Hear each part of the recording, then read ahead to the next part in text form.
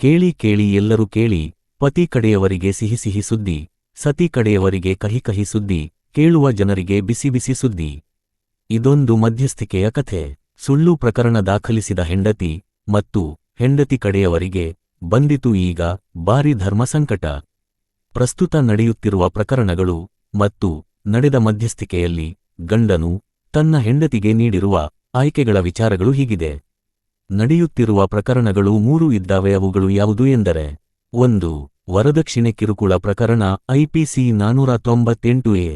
ಗಂಡ ಹಾಗೂ ಆತನ ಕುಟುಂಬದ ವಿರುದ್ಧ ಭಾರೀ ಪಿತೂರಿಗಳನ್ನೇ ನಡೆಸಿ ಹೆಂಡತಿ ಕಡೆಯವರು ತಾವು ಆಡಿದಂತಹ ತಮ್ಮ ದೆವ್ವ ಭೂತದ ಕಳ್ಳಾಟಗಳನ್ನು ಮುಚ್ಚು ಹಾಕಿಕೊಳ್ಳುವ ಸಲುವಾಗಿ ಮತ್ತು ತಮ್ಮ ದುರುದ್ದೇಶಗಳನ್ನು ಪೂರೈಸಿಕೊಳ್ಳಲು ವರದಕ್ಷಿಣೆ ಕಿರುಕುಳ ಎಂದು ಸುಳ್ಳು ಕಥೆಗಳನ್ನು ಹೆಣೆದು ಸಂತ್ರಸ್ತರ ರಕ್ಷಣೆಗಾಗಿ ಇರುವಂತಹ ಕಾನೂನುಗಳನ್ನು ದುರ್ಬಳಕೆ ಮಾಡಿಕೊಂಡು ಕಾನೂನು ಭಯೋತ್ಪಾದನೆ ನಡೆಸುತ್ತಾ ಹೆಂಡತಿ ಕಡೆಯವರು ಹೆಂಡತಿಯಿಂದ ಮಾಡಿಸಿರುವಂತಹ ಸುಳ್ಳು ವರದಕ್ಷಿಣೆ ಪ್ರಕರಣ. 2. ವೈವಾಹಿಕ ಹಕ್ಕುಗಳ ಮರುಸ್ಥಾಪನೆ ಅಂದರೆ RCR.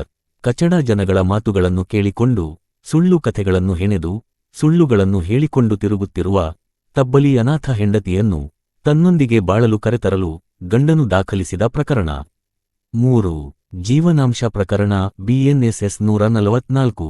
ಕಚಡ ಜನಗಳ ಮಾತು ಕೇಳಿಕೊಂಡು ಅವರು ಹೇಳಿದಂತೆ ಕುಣಿಯುತ್ತಾ ಮೆರೆಯುತ್ತಾ ಗಂಡನೊಡನೆ ತನಗೆ ಬಾಳಲು ಸಾಧ್ಯವಿಲ್ಲ ಎಂದು ಇಲ್ಲದ ಸಲ್ಲದ ಸುಳ್ಳು ಕಾರಣಗಳನ್ನು ನೀಡುತ್ತಾ ಸುಳ್ಳು ಕಥೆಗಳನ್ನು ಹೆಣೆಯುತ್ತಾ ತನಗೆ ಜೀವನಾಂಶವನ್ನು ಕೊಡಿಸಿ ಎಂದು ಜೀವನಾಂಶ ಕೋರಿ ಹೆಂಡತಿ ದಾಖಲಿಸಿದ ಪ್ರಕರಣ.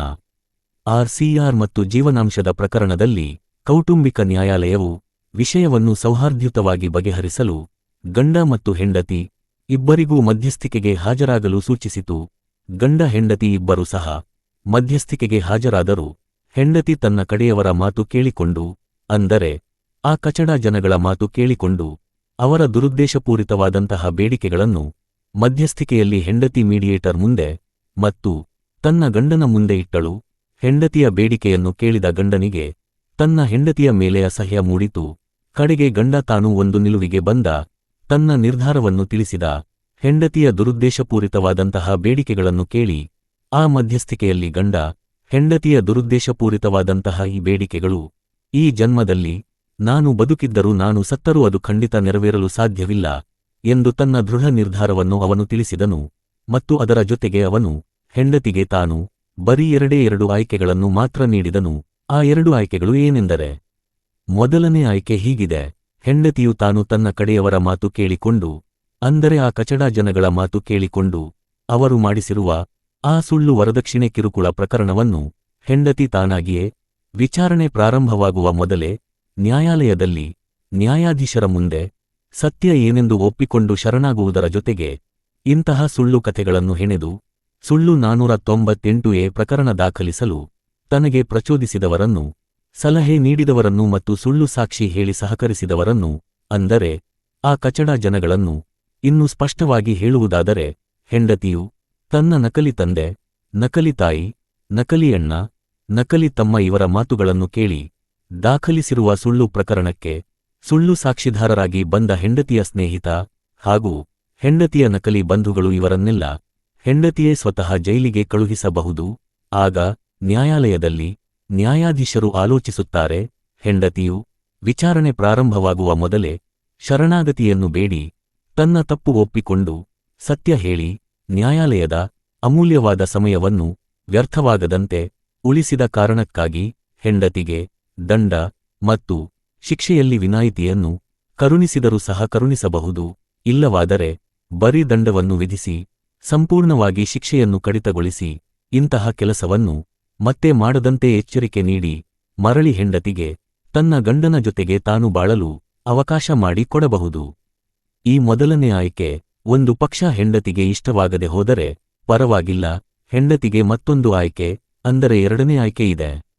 ಆ 2ನೇ ಆಯ್ಕೆ ಏನೆಂದರೆ, ಆ ಕಚಡ ಜನಗಳ ಮಾತು ಕೇಳಿಕೊಂಡು ಹೆಂಡತಿ ತಾನು ಗಂಡ ಮತ್ತು ಗಂಡನ ಕುಟುಂಬದವರ ವಿರುದ್ಧ ಸುಳ್ಳು ಕಥೆಗಳನ್ನು ಹೆಣೆದು ಸುಳ್ಳು ಸಾಕ್ಷಿದಾರರನ್ನು ಕರೆತಂದು ದಾಖಲಿಸಿರುವ ಸುಳ್ಳು ವರದಕ್ಷಿಣೆ ಕಿರುಕುಳ ಪ್ರಕರಣವನ್ನು ನ್ಯಾಯಾಲಯದಲ್ಲಿ ನ್ಯಾಯಾಧೀಶರ ಮುಂದೆ ಸತ್ಯ ಎಂದು ವಾದಿಸುತ್ತಾ ಹೆಂಡತಿಯು ತಾನು ತನ್ನ ಅಶುದ್ಧ ಹಸ್ತದಿಂದಲೇ ಕಾನೂನು ಹೋರಾಟ ಮುಂದುವರಿಸಿ ಮುಂದೆ ನ್ಯಾಯಾಲಯದಲ್ಲಿ ಘನವಾದ ಸಾಕ್ಷಿ, ಘನವಾದ ಆಧಾರ ಮತ್ತು ವಕೀಲರ ಘನವಾದ ವಾದಗಳ ಮೂಲಕ ನಿಜವಾದ ವಾಸ್ತವಗಳು ಮತ್ತು ಸತ್ಯ ಎಲ್ಲವೂ ಹೊರಗೆ ಬಂದು ಸತ್ಯ ಏನೆಂದು ನ್ಯಾಯಾಲಯದ ನ್ಯಾಯಾಧೀಶರಿಗೆ ಮನವರಿಕೆಯಾಗಿ ತೀರ್ಪು ಬಂದ ನಂತರ ಗಂಡ ಮತ್ತು ಗಂಡನ ಕಡೆಯವರು ದಾಖಲಿಸುವ ಕೌಂಟರ್ ಕೇಸ್ಗಳಲ್ಲಿ ಸುಳ್ಳು ದೂರು ನೀಡಿದ ತಪ್ಪಿಗೆ ಹೆಂಡತಿಯೂ ಸಹ ಉಳಿದವರ ಜೊತೆಗೆ, ಅಂದರೆ ಪ್ರಚೋದಿಸಿದವರ ಜೊತೆಗೆ ಮತ್ತು ಪ್ರೋತ್ಸಾಹಿಸಿದವರ ಜೊತೆಗೆ, ಇನ್ನೂ ಸ್ಪಷ್ಟವಾಗಿ ಹೇಳುವುದಾದರೆ ಆ ಕಚಡ ಜನಗಳ ಜೊತೆಗೆ ದಂಡ ಕಟ್ಟಿ ಜೈಲಿಗೆ ಹೋಗಿ ಹೆಂಡತಿಯೂ ಸಹ ಅವರ ಜೊತೆಗೆ ಶಿಕ್ಷೆಯನ್ನು ಅನುಭವಿಸುವುದು.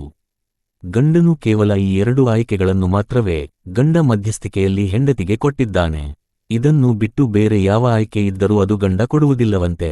ಮೊದಲನೇ ಆಯ್ಕೆ, ಆ ಕಚಡ ಜನಗಳ ಜೊತೆಗೆ ಸೇರಿಕೊಂಡು ನೀವು ತೋಡಿಕೊಂಡಿರುವ ಗುಂಡಿಗೆ ನೀನೇ ಸ್ವತಃ ಮುಂದೆ ನಿಂತು ಆ ಕಚಡ ಜನಗಳನ್ನು ತಳ್ಳಿ ನಿನ್ನನ್ನು ನೀನು ರಕ್ಷಿಸಿಕೋ ಎಂಬುವಂತಿದೆ. ಎರಡನೇ ಆಯ್ಕೆ, ಆ ಕಚಡ ಜನಗಳ ಜೊತೆಗೆ ಸೇರಿಕೊಂಡು ನೀವು ತೋಡಿಕೊಂಡಿರುವ ಗುಂಡಿಗೆ ನಾನೇ ಸ್ವತಃ ಮುಂದೆ ನಿಂತು ಆ ಕಚಡ ಜನಗಳ ಜೊತೆಗೆ ನಿನ್ನನ್ನು ಸಹ ತಳ್ಳುವೆ, ಆಗ ಅವರ ಜೊತೆಗೆ ಶಿಕ್ಷೆಯನ್ನು ಅನುಭವಿಸಿಕೋ ಎಂಬುವಂತಿದೆ. ಗಂಡ ಮಾಡಿಕೊಳ್ಳುವ ರಾಜಿ ಮತ್ತು ಸಂಧಾನ ಎಂದರೆ ಇದಂತೆ. ಗಂಡನ ನಿರ್ಧಾರದ ನಿಲುವು ಮತ್ತು ಗಂಡ ತನ್ನ ಹೆಂಡತಿಗೆ ನೀಡಿದ ಆಯ್ಕೆ ಇವುಗಳನ್ನು ಕೇಳಿ ಮಧ್ಯಸ್ಥಿಕೆಯಲ್ಲಿದ್ದಂತಹ ಮೀಡಿಯೇಟರ್ ಕಂಗಾಲಾಗಿ, ಶಿವ ಇದು ಎಂತಹ ಪ್ರಕರಣ, ಇದು ಯಾವ ಸೀಮೆಯ ರಾಜಿ ಸಂಧಾನ, ಇಂಥ ಕೇಸ್ ನನ್ನ ಬಳಿ ಮೀಡಿಯೇಷನ್ಗೆ ಬರುತ್ತದೆ ಎಂದು ನಾನು ಭಾವಿಸಿರಲಿಲ್ಲ. ನನ್ನ ಗ್ರಹಚಾರಕ್ಕೆ ಈ ದಿನ ನಾನು ಯಾರ ಮುಖವನ್ನು ನೋಡಿದೆ, ಹೋಗಿ ನ್ಯಾಯಾಲಯ ನನಗೆ ಇಂತಹ ಕೇಸ್ ಮೀಡಿಯೇಷನ್ ಮಾಡಲು ನನಗೆ ಗಂಟು ಹಾಕಿತಲ್ಲ, ನೀವು ನ್ಯಾಯಾಲಯದಲ್ಲಿ ಬಗೆಹರಿಸಿಕೊಳ್ಳಿ ಎಂದು ಮೀಡಿಯೇಟರ್ ಸಹ ಮಧ್ಯಸ್ಥಿಕೆಯನ್ನು ಅಲ್ಲಿಗೆ ಕೈಬಿಟ್ಟರು. ಪ್ರಿಯೆ, ನೀನು ಮಾಡಿರುವಂತಹ ಗಲಂದಾರಿ ಕೆಲಸ ಏನೆಂದರೆ ಕಾನೂನು ದುರ್ಬಳಕೆ. ನಿನ್ನನ್ನು ಉಳಿಸಲು ನನಗೆ ಯಾವ ಮಾರ್ಗವೂ ಸಹ ದೊರೆಯುತ್ತಿಲ್ಲ. ಈಗಿರುವಾಗ ನಾನೇನು ಮಾಡಲಿ?